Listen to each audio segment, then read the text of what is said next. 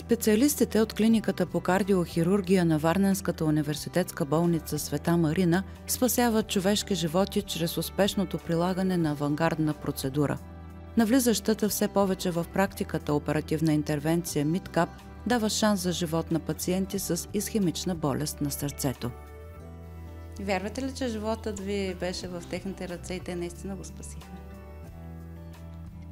Не само вярвам, знам го. Историята на Йордан Симеонов от Шумен започва преди 17 години. През 2008 кръвното му налягане се вдига до опасно високи стойности. В родния му град не могат да му помогнат и той се насочва към болница Света Марина. Варненските кардиохирурзи му поставят стент, ходи редовно на контролни прегледи и години наред състоянието му е стабилно, докато през 2025 година не се появява диабетът. 3 дена стоях в Шуменската болница, свалиха ми захарта и на изписване ми казаха, че не е лошо да се прегледам сърцето, защото кардиограмата ми не била добре. И оттам реших да търся пак помощ тук във Варна.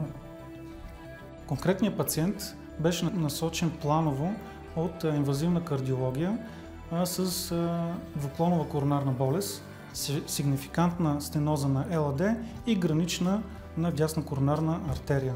Той от месеци се оплаква от болки в гърдите при физическо натоварване и затова се нарича стабилна стенокардия и той не влиза в графата спешни пациенти. При него специфичното е, че първо, че в планов порядък действаме, второ, че неговата двуклонова коронарна болест позволява един хибриден подход. Ние ще направим операцията на лявата коронарна артерия, ЛАД, а пък нашите колеги инвазивни кардиолози на по-късен етап ще стентират несигнификантната на този етап стеноза от дясната коронарна артерия.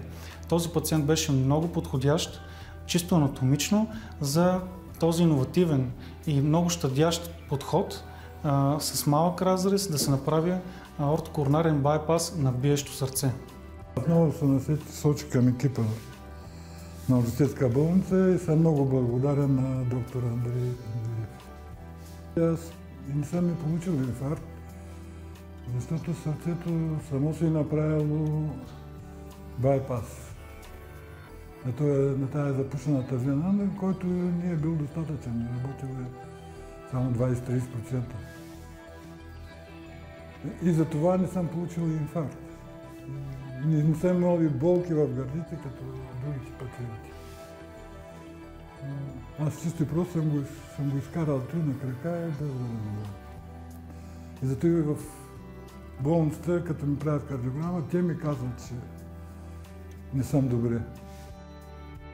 МИДКАП или минимално инвазивният директен коронарен байпас е мини-инвазивна хирургична процедура за извършване на байпас на сърцето.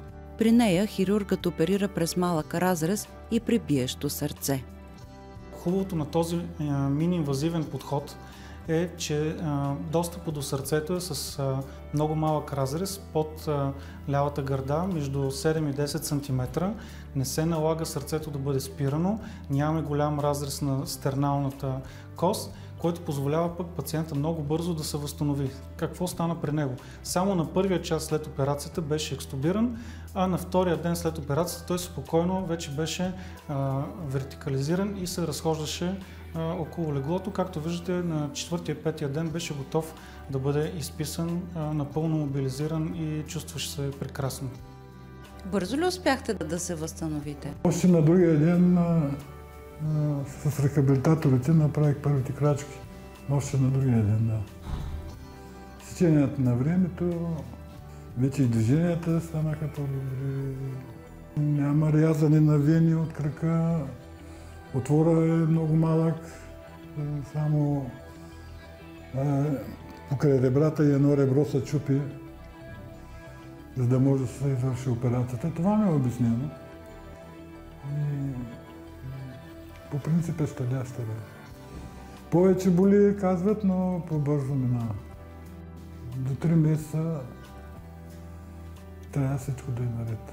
Имахте ли известно притеснение, че все пак ще се подложите на един нов иновативен метод и какво бихте казали на хората, които се притесняват от иновациите? 2008 година пак бях един от първите, които им слагаха стент. Така че иновациите не ме плашат, даже ги предпочитам.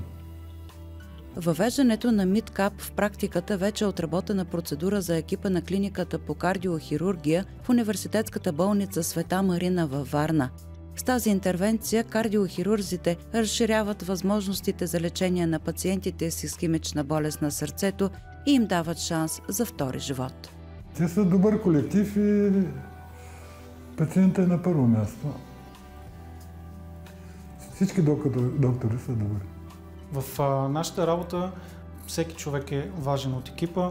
Най-малката подробност предварително се подготвя и всеки един трябва по всяко едно време да знае своята роля, за да имаме този прекрасен резултат. Тук трябва да кажа, че кардиолозите се справят блестящо, за да насочат пациентите към нас.